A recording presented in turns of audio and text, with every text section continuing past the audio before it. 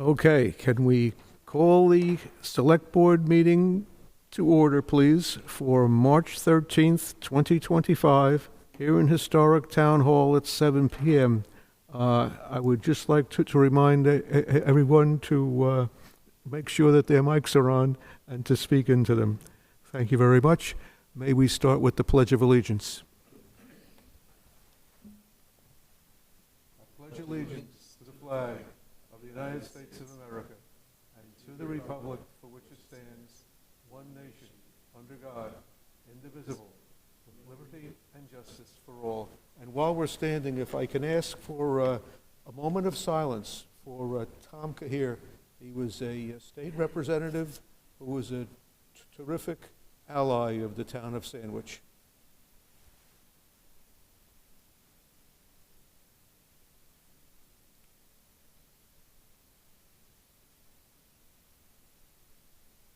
Thank you.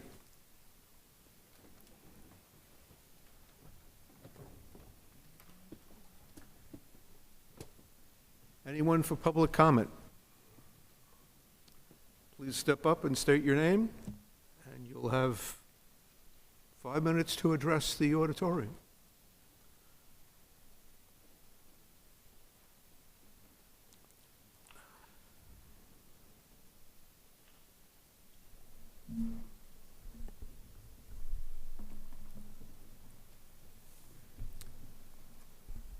Good evening, everyone. My name is Jean Perrine, and I live at 6 Piccadilly Road. And it's a pleasure to be with all of you tonight. The other day, I spoke at the Finance Committee Public Forum, and I mentioned, how fortunate we all are to live in this beautiful coastal town, along with the wonderful people who make up our community.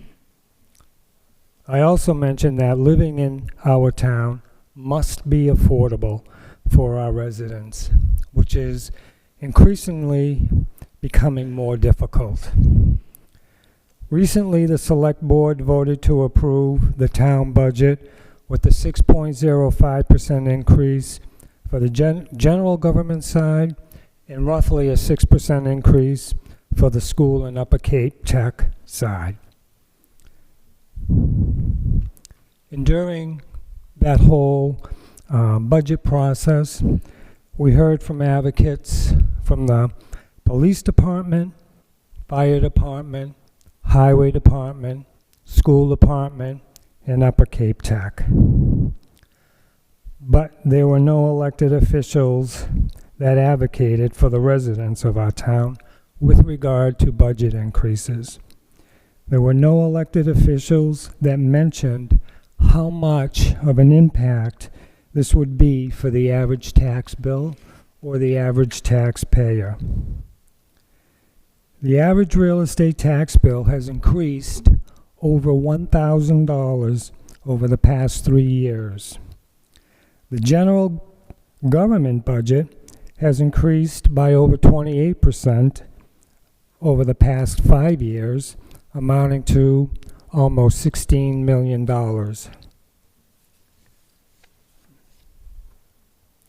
And this is likely to continue as we continue to build more government buildings. And in addition to that, we're also increasing fees across the board.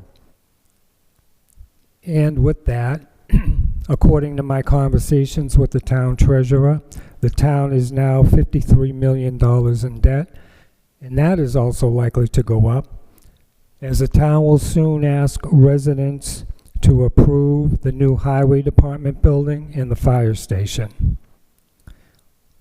All at a time when Sandwich residents are facing unprecedented increases to their auto insurance bills, homeowners insurance, and heating bills, including gas and electric.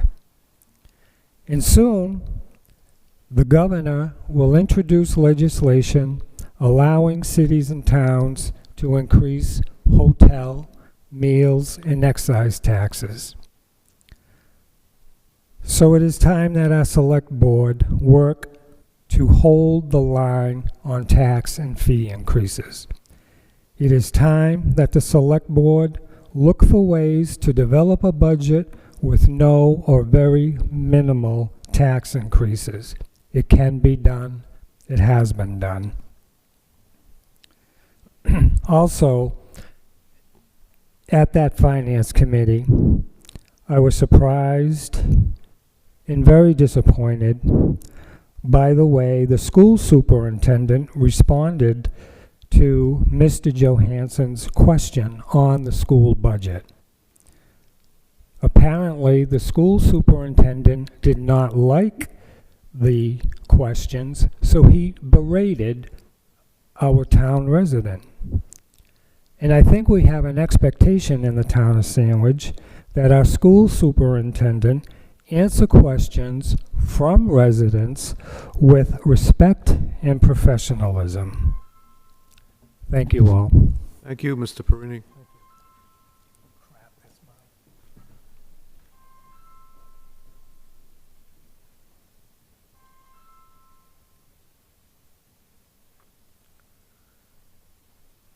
Okay. Review and approval of minutes. The first set for February 27th of 2025.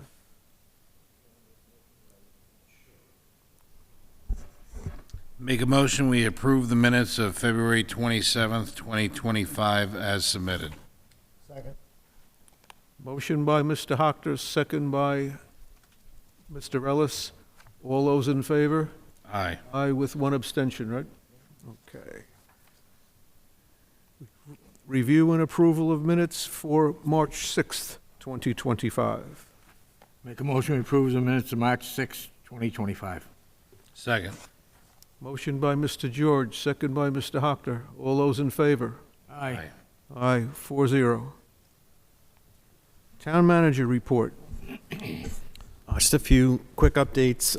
Finance Committee met Tuesday night, and as Mr. Perrine said, Superintendent of Schools at Upper Cape Tech, Roger Forget, was in to give his budget presentation, and then Finance Director Bill Jennings did an overview of the capital budget, and Dr. Maruschek did highlight some of the school capital items.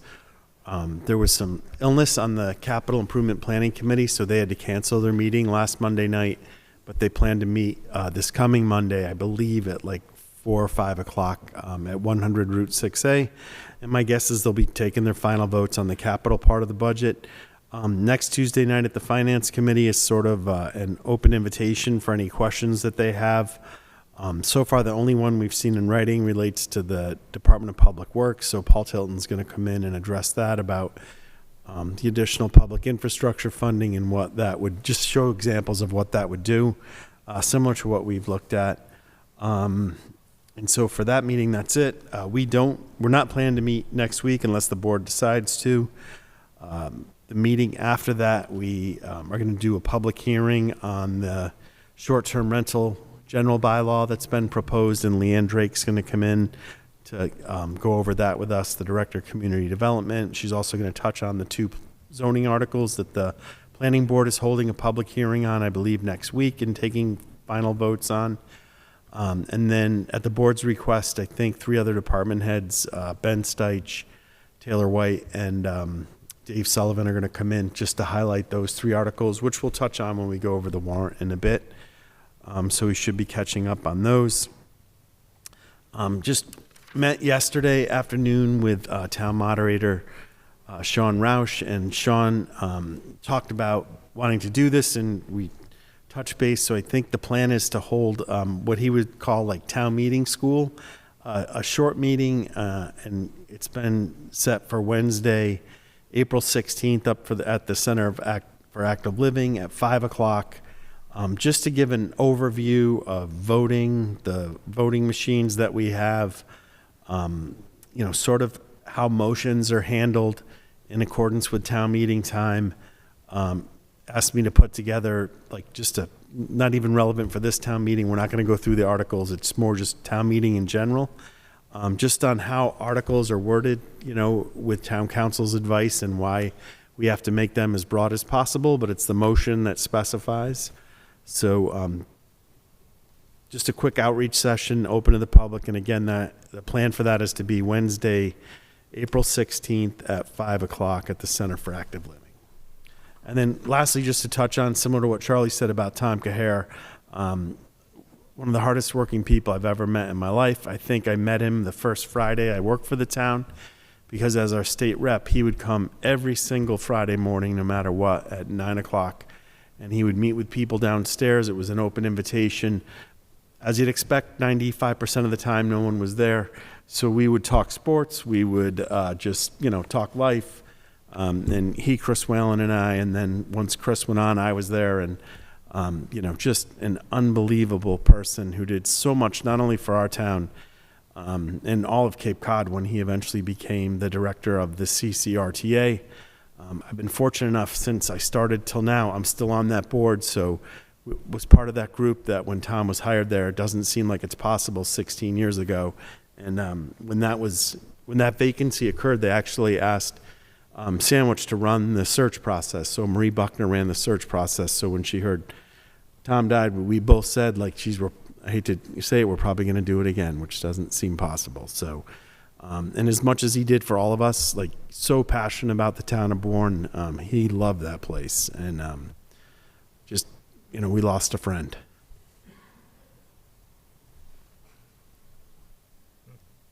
Anybody else? Okay. Correspondence, statements and announcements. Okay, I've just got a couple just to reiterate briefly. The Finance Committee meeting on Tuesday night. Progress, good discussion, and progress. And the next meeting, as Mr. Dunham said, is next Tuesday night at 6 o'clock. School committee met yesterday. Strategic Planning Committee continues to meet and absorb input from various perspectives. I-Ready benchmark assessment data was presented, and a technology update was presented. Progress. School safety met this morning. Upcoming drills are being formulated. Progress. Thank you. Staff meeting none. Old business. FY 2026 budget update. Yeah, so just quickly highlight the bigger aspects of the budget. Nothing has changed since the board voted last week to recommend the copy of the one-page summary that's in your packet. Couple things to highlight. If you look at the grand total of what's planned to be spent at town meeting on that one-page summary, it's 2.73% in total above what was voted last May. So, I know some things go up more, some things go down, but the grand total of everything compared year to year is 2.73%. And then I can't remember if I handed this out last week, but there is a summary of the estimated tax impact, as was mentioned, of the optimal outcome budget and all the other things that are being funded from the tax levy, including our debt, which the public voted for and supported. Otherwise, it wouldn't appear there. For the average tax bill increase is estimated to be right around $290 annually for an average home that right now is valued just over $717,000. The other information in your packet budgetarily are the breakouts of each individual general government department budget, what we've tried to fund from that FY25 and beyond program last year and this upcoming year. The FY26 capital requests, again, the items that are highlighted in yellow are awaiting the vote from the Capital Improvement Planning Committee, and those are some school department, just general capital needs, which they explained on Tuesday night. We're going to be focused on additional school security efforts, both video cameras and locking mechanisms for school doors, some of which has already been done and funded in prior years, and then this would take it to the next level. And I think they had said that it might not fully do the high school, so that might be done in two different phases. And then there's two vehicles that they just asked for more information. I don't believe that they didn't support them. They just wanted more backup. So that's been provided for for those two. So in terms of the budget, I know there's some additional meetings of the committee, but I haven't heard anything that we haven't been able to like get information on. But if anyone has any questions, nothing's really changed. And then the next thing on the agenda was the town meeting, so I thought we'd spend more time on this. I realized that we hadn't gotten you an update to the long-range plan, so spent quite a bit of time the last week doing an update. That's probably going to take a while to walk through. Do you want me to go through all the other articles first and then come back to it, or just jump right in with it? Whatever you guys want. Let's do the articles first. Yeah. Okay. So, that would be Article 1, so we'll come back to that. Article 2 is the budget. We just looked at that summary. Granted, things appear in different articles throughout the warrant. Article 3 is our enterprise fund budgets. There's 4 of them. The cable access budget, the transfer station budget for DPW, the golf department budget, and the marina budget. Our revolving fund appropriations, that's a list we have to vote every year under state law. Again, no money's being appropriated. Our capital budget, which in total is just over 1.55 million, and about 400,000 is coming from other sources, so the net is quite a bit lower than that. The state aid to highways program, they require us to vote it each year, even though we don't know the actual number. There's been some positive feedback from the state that they may be trying to fund an additional 50% for the next 5 years, which, every city and town has been clamoring for that for decades. So that'd be huge if that came through. The school cell tower lease that gets reappropriated for work that they do on the exterior grounds at the high school. The beach renourishment account appropriation. A lot of these next 5 or 6 that I'm going over, we vote every year or every town meeting. The sandwich promotions fund appropriation. It's sort of telling when I looked at that.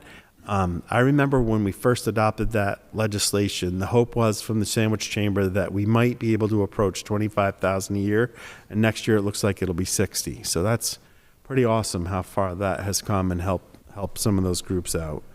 The WIF balance appropriated, we plan to transfer another 750,000 to keep the ball rolling, although it's plural when you guys know all the different things we're trying to advance. The opioid settlement appropriation, the opioid task force that's been working on those funds. As you know, we appropriate money each year for the social worker position, the police department. So this is in addition for some other services that the opioid committee wants to fund.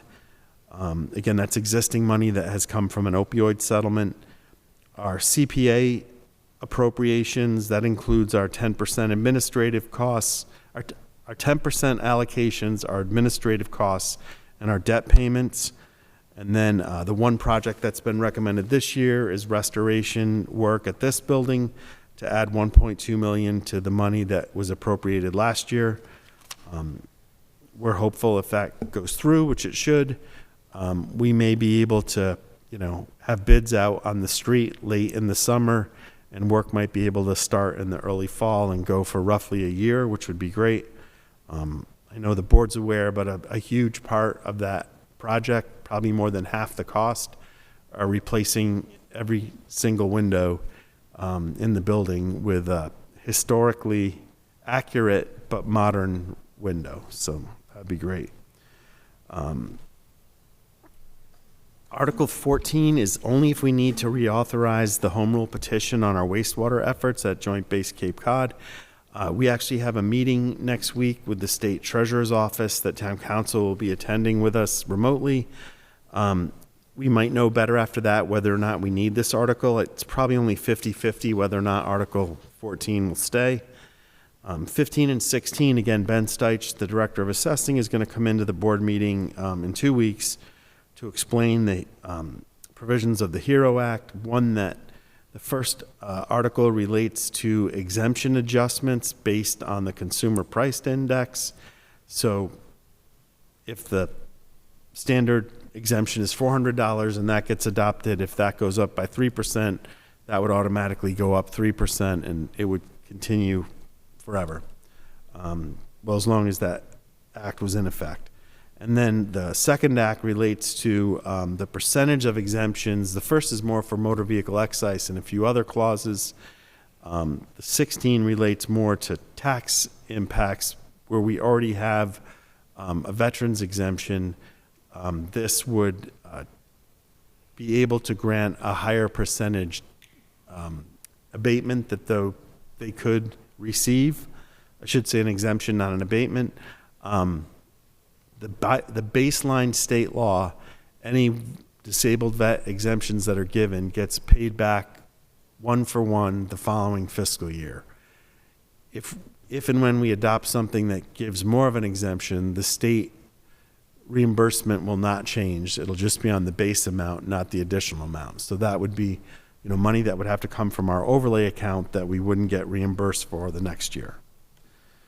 So the assessors are working on their recommendations on those two articles.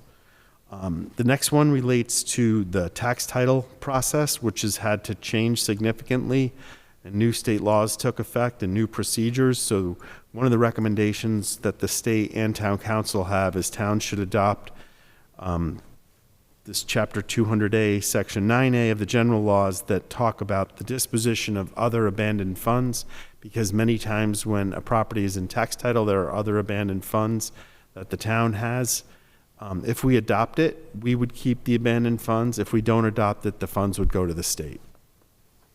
So again, Dave Sullivan's going to come in, our treasurer collector, and explain that better than I just did. And then lastly, I think we talked about this a few times in terms of the acts that we're looking to accept. There's certain provisions of the general law that's referenced in Article 18 that I think require anyone running for office, they should pull papers 48 hours before the deadline because of some of the things that the town clerk's office does before the nomination papers are returned. So Taylor will explain that. 2 zoning amendments, one on accessory dwelling units, which relates to some changes in state law. We had an accessory dwelling unit bylaw. We're now going to amend it to match the state law. So Leanne will be in 2 weeks to explain the nuances of that. And then one of the interesting things, and years ago, especially in the mid-90s, it was a huge issue about contiguous non-conforming lots, that if you had a buildable lot and you owned the lot next to it and it was not buildable, you were required to merge those lots. So what this does, all that would still apply. And I believe the way Leanne explained it to me is you would be able to do an accessory dwelling unit on the lot that you merged. So it's not a full new home, but it's an accessory dwelling unit that could go on the adjoining lot that is now combined. So again, she will explain it a lot better. So that those are those 2 articles. And then we have 2 petition articles, one to ban alcohol containers less than certain sizes. The highest of the 2 sizes was 100 milliliters.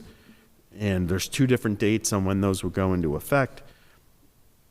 Don't forget the Attorney General's office, if we adopt a bylaw change like this, they have to sign off it, so it can't even go into effect until that process gets done at the state level. And then there's another petition called Skip the Stuff Ordinance that mostly I would characterize as dealing with if you placed a takeout order, like some of the extra things that you get in it that have plastics in it and others wouldn't be automatically provided unless you asked for it. And that's my rough summary of that. So I did spend a lot of time this week. 'Tis the season, so there's a full draft of the warrant. As I've worked on it, I literally have not proofed it once, but I just wanted to show that, we're getting it together. Leanne's helping me on the 2 zoning bylaws. We're waiting for a couple things, obviously, for final votes. And I would say when we go over this in 2 weeks, we'll go through the warrant instead of the attachments that are in your packet.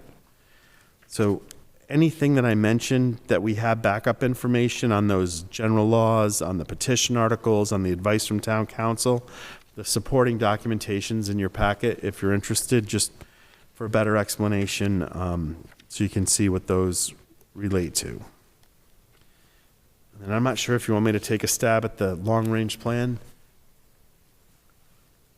Please. I would preface it by saying, as you guys go through it individually, if you have any changes, which I'm sure you will, it's easiest, if you just handwrite them in and get it back to me, than trying to compile everything if we get like 4 or 5 different electronic versions.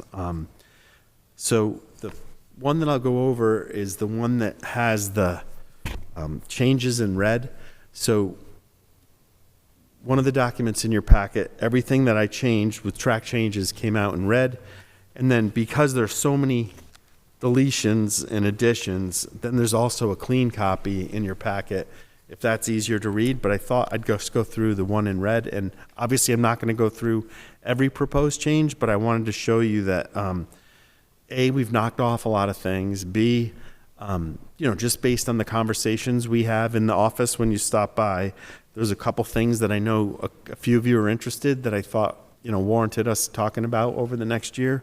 One of the first things I thought, and I don't know why I never thought of this earlier, this all started about 20 years ago with the board at the time, and we put together a long-range plan with a lot of backup documentation, a lot of words, a lot of attachments. It was easily, the document itself was over 100 pages, and then all the attachments. And I only bring this up because when I saw him just before he passed, Jim Pierce said the thing he was most proud of is all his time he helped out with the town as a select board member was trying to get the long range plan to a manageable size from having this bigger document. So he was still proud of that. So I think of him when we work on this. It was an annual document, but the weird thing is there's a requirement that we present the long range plan at town meeting in May. And, look in the mirror. I usually don't get this to you until March, April.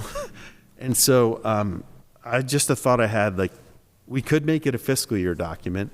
That way we're talking about what we want to do. We present it, you present the highlights to town meeting, so then everyone knows what the focus is the next year. And a lot of times what's highlighted in here, if it's an initiative, we might be trying to fund the following fiscal year at town meeting. So just a thought. If we wanted, we could convert it to a fiscal year document. Again, any of the minor changes I'm not going to highlight at all. So on the red version at the bottom of page 2, all I did was update some of the technology initiatives that we have ongoing, and there's a lot. Heather really did a good job trying to summarize a couple of the things that we're trying to expand that Sandwich 311 app on the phone to include more than just DPW. So we're in the process of implementing in that. A couple of the other things I thought you might be interested in. We've paid for and have implemented with a lot of work from our office staff and from the inspections offices in particular, a program called Permit Eyes. So you can go online and see where your permit is and other things. What we've always been hesitant to do is how much do we make public? So you could look at your permit, but how much can everyone go on and look at it? And as you'd expect with IT security issues these days, that's what the concern is, because sometimes in people's applications, they may have a cell phone number, they may have their home email address. So we're trying to find a balance. It's fair to say that I think most of the departments want to try to make everything public and try to redact anything that's at risk. And as you can imagine, our IT department is very, we don't want to cause people's problems. So we're looking at that. So that's on that. At the top of page 3, as the board knows, we've been working trying to enhance our outreach and communication efforts. There's a 5-member team of our department heads now that have been going through that Leadership Matters program that 5 others of us did over a year ago. And so their community leadership project is to try to conduct some public engagement sessions to find out from the public in different types of information, how do you want to receive information from us? What's the best way for us to communicate with you? So that's something we're always looking at. So I added that because that's sort of a new initiative. The second item at the top of page 3 was listed previously, but we've really taken it to another level once we got a state grant. So our finance departments, particularly the finance director, treasurer's office, accounting office, and the school business office, are really trying to take a look at our payroll system. You know, we process payroll and issue it internally through a software package that we have. And I think I've shared with you before, all of us feel that that's our weakest internal exercise and operation that we have, not in the sense of the work that takes place or the people that do it. The weakness is we have so few people doing this. You know, if one person goes down, or God forbid someone's going to be out for 3 months, we are in deep trouble, because we have others who are trained, but they don't do it every week. And, you know, we don't have a big staff to oversee it. And if you look at, there's probably easily, with the school department and us, even in the dead of winter, there's over 800 to 1,000 checks being issued, because you figure every substitute teacher, the same work goes into issuing their check as issuing mine, or the board members even. So it's a lot of work. And so we've been looking on that for a while. We're almost close to making a decision. That might be a year away rather than sooner, but at some point we would like to implement some major changes. And Bill would be a great one to update us on that. Again, I'm not going to go through every one of these, just the primary changes. So on page 4, I think it's sub letter M. And this, I want to stress, I did speak with Dr. Maruschek about this, but only yesterday. But I know several of us have had conversations one-on-one when you've been in the office, and I stress, I was really careful on how I worded this. This would be only if the school committee and school department was interested in exploring it, and only if there was that mutual interest. There's been some discussion, like, should DPW take over doing all the exterior fields at all the schools, as well as all the town stuff. And there, as I've shared with you guys, there's a ton of things that would have to be studied, analyzed carefully, and worked out before anything like this could be implemented. You know, it would take easily, if we put a group on this, at least a year, I would think, with just the union ramifications. You know, but the bottom line is, if the school is not interested in it, we can't do it under state law. So it might be something we should talk about with them to see if they wanted us to explore that further. But there's a lot of work that would be played, including like our HR director would have, you know, there would be a lot of stuff we'd have to do. But when I talked to Dr. Maruschek, he said, you know, thanks for giving me the heads up. Like, you know, sounds like he'd be willing just to, you know, see what we thought.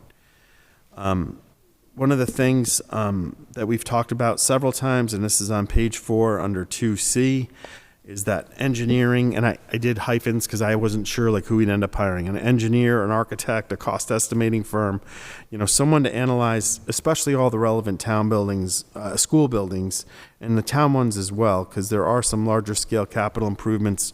I think I shared with you that we tried to do some smaller work on 2 of our relatively smaller buildings, certainly way smaller than a school, and we were sort of shocked at the price we got back, so we didn't proceed. So I do think, though, like, I should work with some school counterparts, come up with a scope of work, throw it out there, and just see what the bids come back like. And I'm making it up. If it's too rich for what we can afford to do, maybe it's something that we look at, you know, through capital appropriation.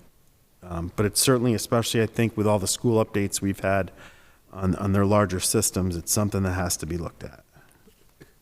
Yes, important assessments. Yep. Yes. Again, there's a lot of wordsmithing through here.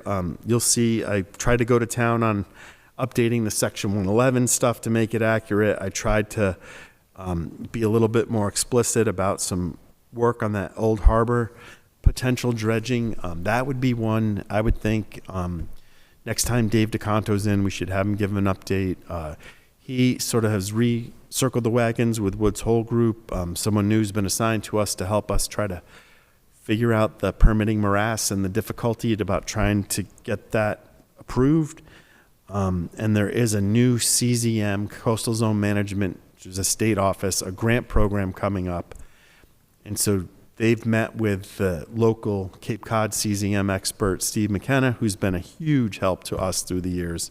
So Steve has given us some ideas and support on how we should word something to go for that grant, and hopefully that would break things free. And one of the things Dave's talked about is instead of talk about it in terms of the health of the marsh, which is true, and the water flow, but also talk about it for navigational purposes, because sometimes it's easier to get a navigational permit than an environmental type permit. So anyways, we'll update you on that. And he's chair of the county dredge committee and has been for the last couple of years. So we regularly tell them, hey, if we ever get this permitted, we're the only town without a dredge permit that the county helps with, because we haven't needed to dredge.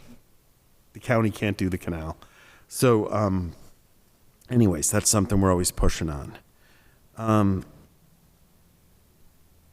Again, there's a lot of wordsmithing. I'm just touching on the big things, and we have updated. I've crossed out stuff that we've gotten off.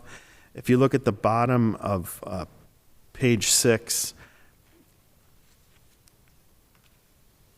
and there's 1, 2, 3, 4, 5, 6, 7, 8, 9, 10. There's like a dozen wastewater tasks laid out here. I think you guys know we have a lot of irons in the fire. We're always trying to progress them. But I think that one at the bottom of page 6, sub-bullet 4, is important because that relates to that special legislation and trying to get that through. So we're working on that. I updated all the other wastewater things, and at the top of page 7, just talks about trying to advance some of those regional options, especially in terms of disposal. And if JBC isn't an option, we should still work with those same people and with JBCC to try to do something in Sandwich. So I think in speaking with Dave, and you guys have heard it before, Dave Mason, we should almost set a line in cement for us to make a decision what we're doing. And it might be a couple years away. We keep learning stuff. At some point, some technology is going to be developed that hopefully will help hold things down. I don't feel like we've wasted money. I don't feel like we've implemented things that, I feel like we're doing the right thing so far. And I keep stressing that, our problem that we have to address in terms of nitrogen is way less than most other towns on the Cape. So in a way, that buys us some time to try to figure some of these things out. One of the concepts that we've talked about, and I know we went through the percentages recently, but if Pompanesett were responsible for 9%, 7.5% at Three Bays in Barnstable, and 6% in Wacoit in Falmouth, is it cheaper to just not install any systems in Sandwich for 25 years and pay them huge chunks of money to fix the problem more close to the source so we don't have to implement some of these things, see how that works, and then maybe people decades from now would have to figure out what's the next thing, but what's the technology then? I don't know. We want to get, Dave and I want to get a group together just to brainstorm some of this stuff with Ed Leonard and some of our technical experts. Because anyways, and then I added sort of near the bottom of page 7, and I know you guys know I've sent an email to try to do this, but to try to meet with the water district about either expanding public water in certain areas of town. There's really 3 segments that I think the fire department and Dave feel like we need to expand things to, but that's part of a bigger discussion with them where we want to partner with them positively. So that's an issue. And then on page 8, one of the other things for wastewater is just to review, some of you have talked to me about fertilizer reduction methods and corresponding regulations or bylaws. I think that'd be something that we should really outreach with the Board of Health, and our health director could give us some good advice, particularly around our ponds, because that's where it would make a big difference. But I don't know if it's something we should advance. And then under capital projects, it's sort of weird because we have 2 different capital things. One is more on efforts and the other is on actual projects. So you'll see at the bottom of page 8, I crossed off 3 things that are all done. So I took those off. But I added one because surprisingly it was just referenced in like a couple words, but I added the part about the DPW building and the downtown fire substation just so that had its own bullet. And then I think it's really important. Like, you would not believe the calls that we've been getting about the wing school residences. Like, I bet you Melissa gets, no exaggeration, 10 calls a day, and we refer people to the right. But there's a lot of interest in that. And don't forget, like, what's going to be applications available for momentarily is phase 1. There's 2 other phases to come. The 3rd phase really can only be implemented when we have wastewater solution, but that 2nd phase won't be far behind. So it's sort of been nice to see the interest, but it's also scary because the interest is there because people are having such a hard time with, housing that's reasonable. So anyway, I tried to wordsmith again some of the stuff to help the wing school stuff go forward.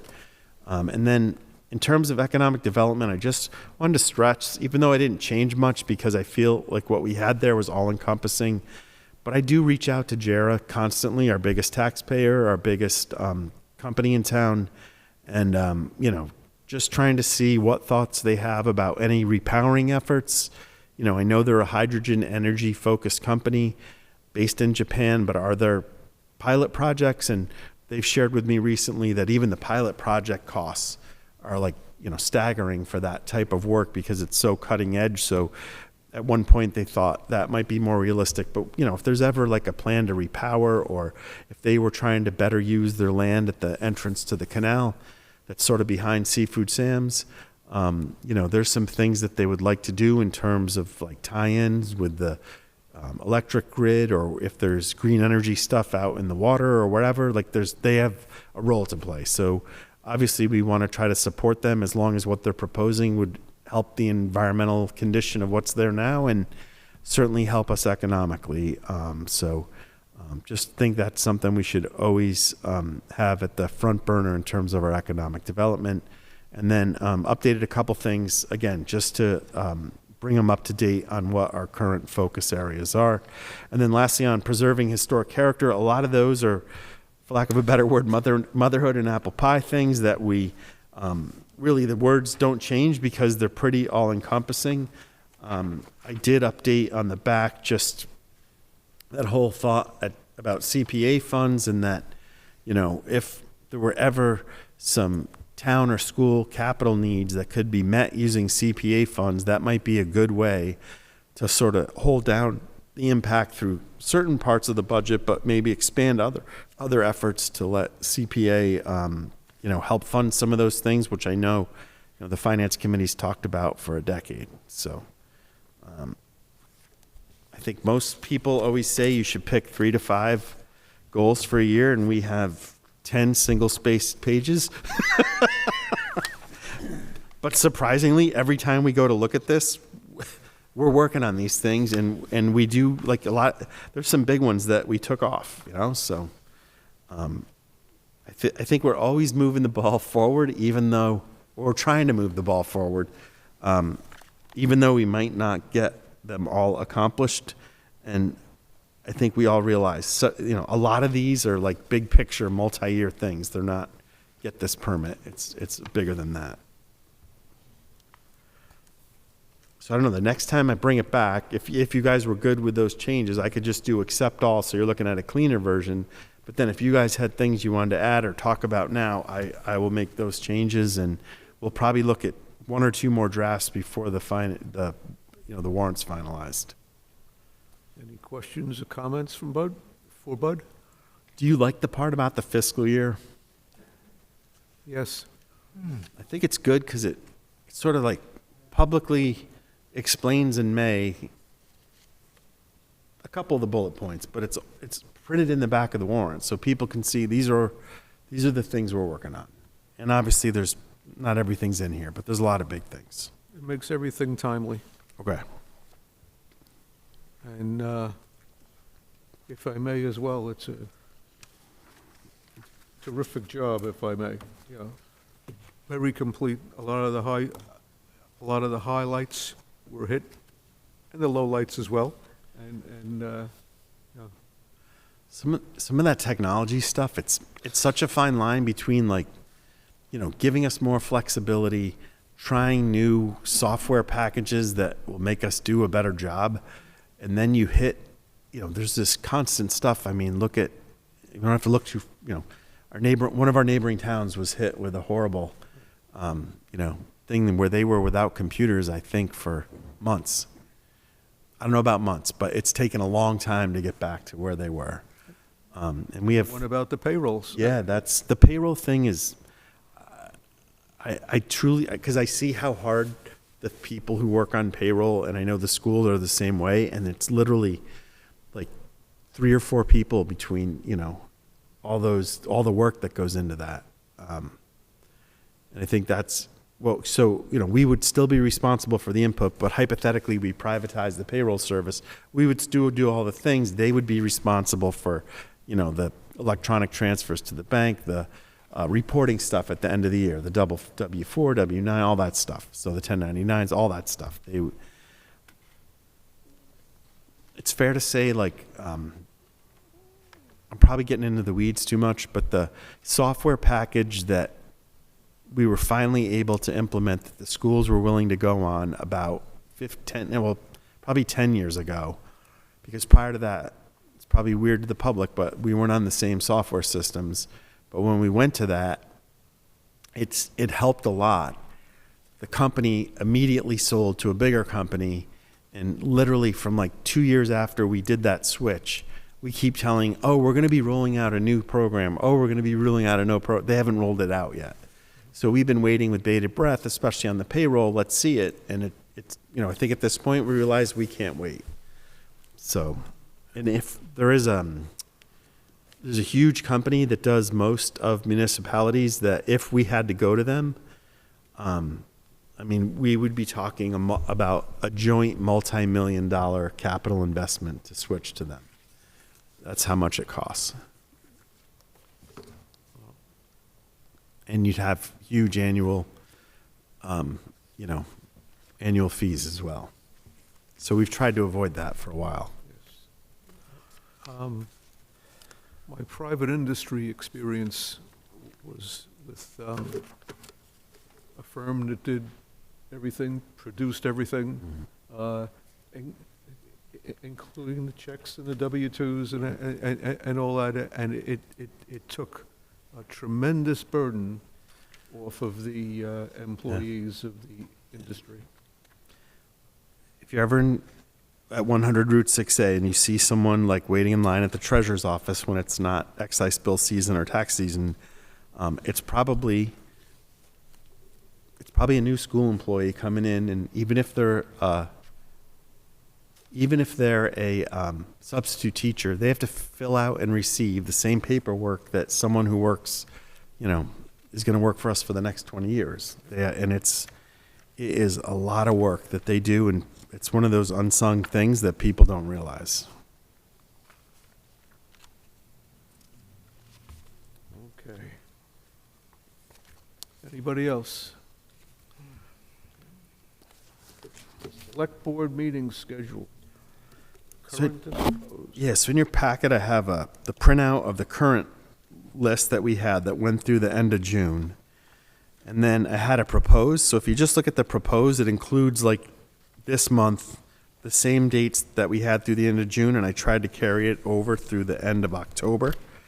If you want me to go all the way through to the next calendar year, I could bring that back at our next meeting. I just wanted to throw something out there for you guys to look at. Like, you guys decide when we meet. I tried to avoid the obvious holiday weeks of July 4th and then Labor Day, which is actually early this year. But it's basically every other week once we get past town meeting. And then, yeah. Any comments? I was fun with it, yeah. So if you want to extend that, and then we'll... Great. Okay. Other matters not reasonably anticipated under old business. Having none. Whoops, sorry. Two things. One was, make sure both people at home can hear us. The CMAS contract, I believe that's up this year, is it not? I think we did a 5-year extension We that we were extended, able to do. okay. I don't know. I will check with Paul. Because when I read the long-range plan, I just want to make sure that that was, Yep, I'll check that. so that come up as 25, but I knew we did an extension on it. And then the other thing was I read, and this kind of goes back a little ways, where the VSB denied the 6,000 for the floor out here in the restrooms. Yeah. And I thought at some point we were going to invite both the VSB and the chamber to come in to kind of, because when we started giving the, and it's not like calling them a task or anything, but just to, explain where the funds go that come in from the meals taxes and the hotel. Yeah, I thought that they were going to come in at some point, Yep. give a Yes. presentation. Yes, that's my understanding as well. As That's been my fault. I haven't followed up. No, it's I'll do fine. that. well, this is Yeah. a difficult time of year. Yeah. Let me say it that way. So after Right. things calm down a bit, Yep. let's continue to pursue that, please. Okay. That's all I got. Anybody else? Okay. New business. Authorization to appoint a building commissioner. Yeah, so as the board's aware, our current commissioner, Brendan Brides, is getting ready to retire in roughly a month. So we ran the search process to find his successor. We got in resumes. We interviewed 2 candidates. It's fair to say, compared to most other jobs, there are so many precursor requirements that someone would have to apply to do this. It's not like someone could just apply off the street without having some of the certifications and other things that are needed.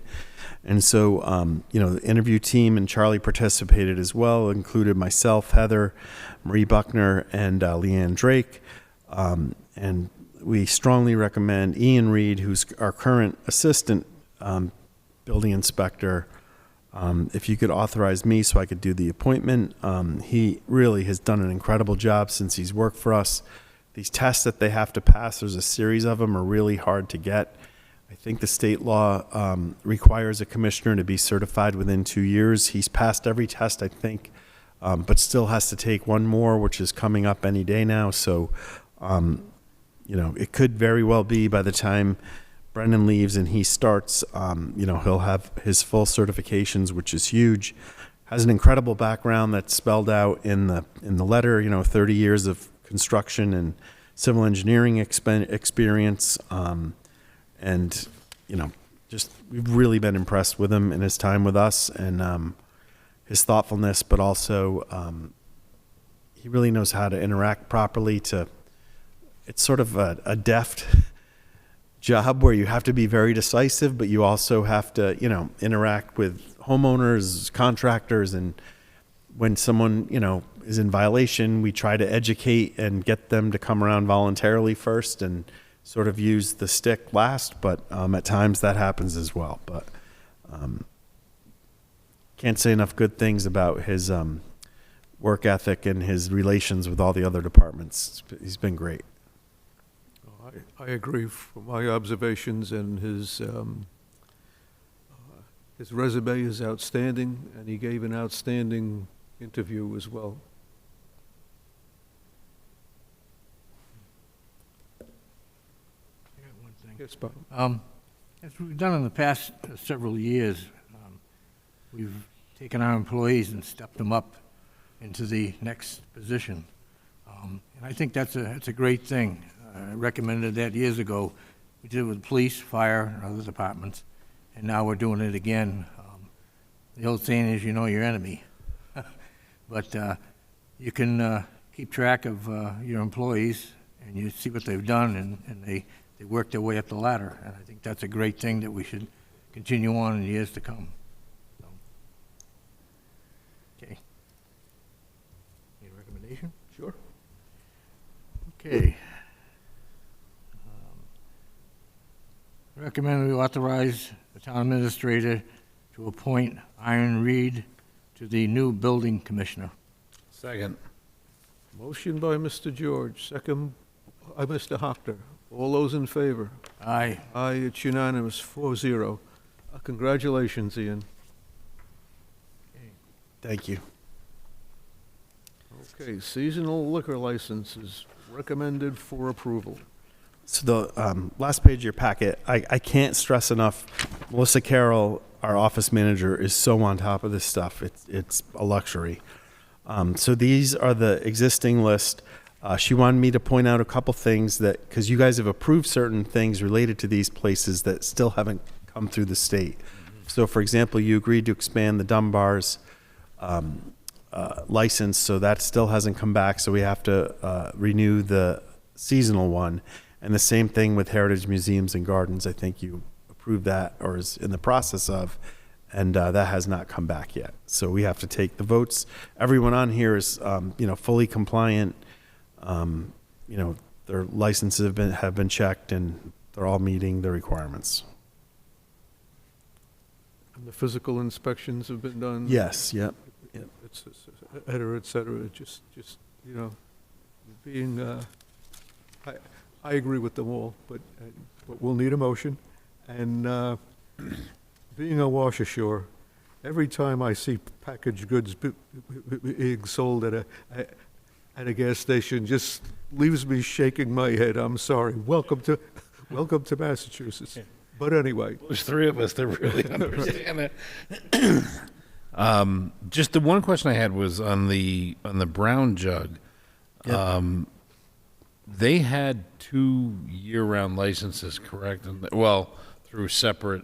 Yeah, separate businesses. So They there was let the one one. go, I think, correct? yeah, I think This is- that one's gone. So it's just the one at the Brown Jug. Okay, and they retained the other serving Yep. license, and this is okay. Okay, and there wasn't any issues with that with the No. happened last Nope. year? Okay. I'm good. Yeah, this is the outdoor service.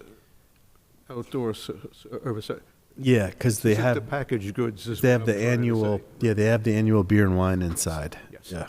Because this is the Jarvis Street one, Yeah. not the Yeah. retail. Right. Yeah. Right. Okay. Make a motion, we approve the seasonal liquor licenses for approval as presented. Second. Motion by Mr. George, second by Mr. Hockter. All those in favor? Aye. It's unanimous, 4-0. Okay, other matters not reasonably anticipated by the chairman. It's come into my mind that perhaps we should discuss at some point the starting time of our meeting. That, 7, not that we need to be like everybody else, but most of the others start at 6. We could just consider it, I think, as a group and discuss it as we think might be appropriate. Okay? Okay. Anybody else for public comment? Okay.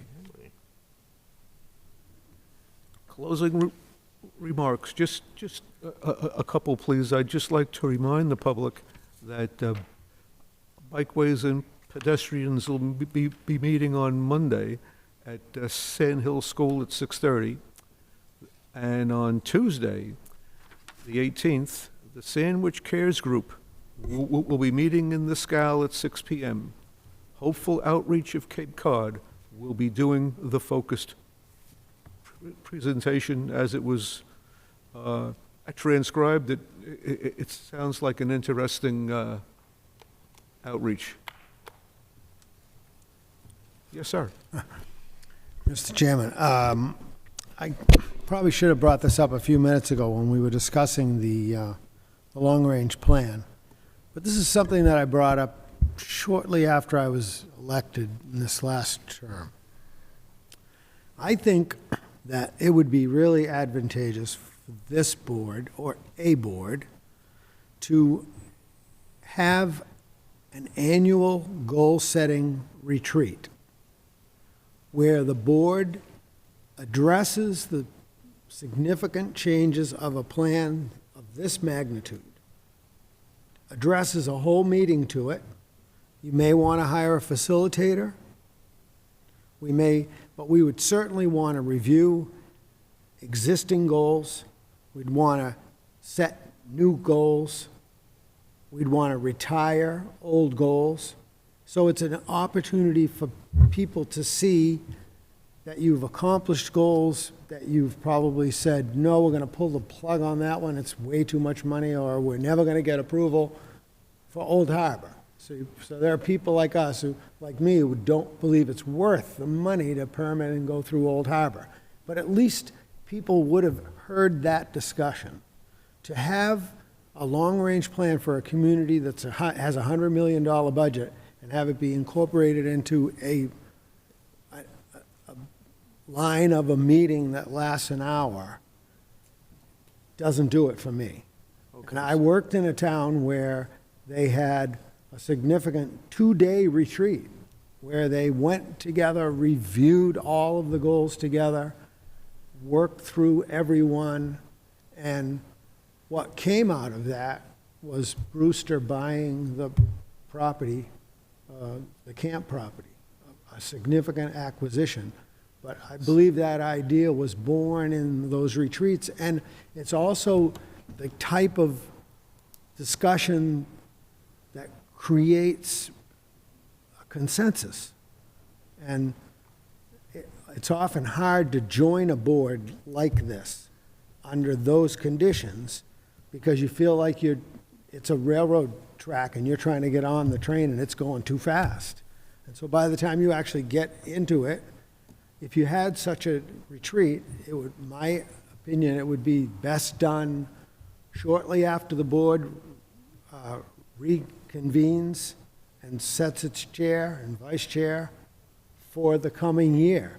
So, in my opinion, there's really little significance to when you do a long-range plan as it relates to the annual budget, because if there's one thing that people should be really happy about, it's that local government balances its budget every single year.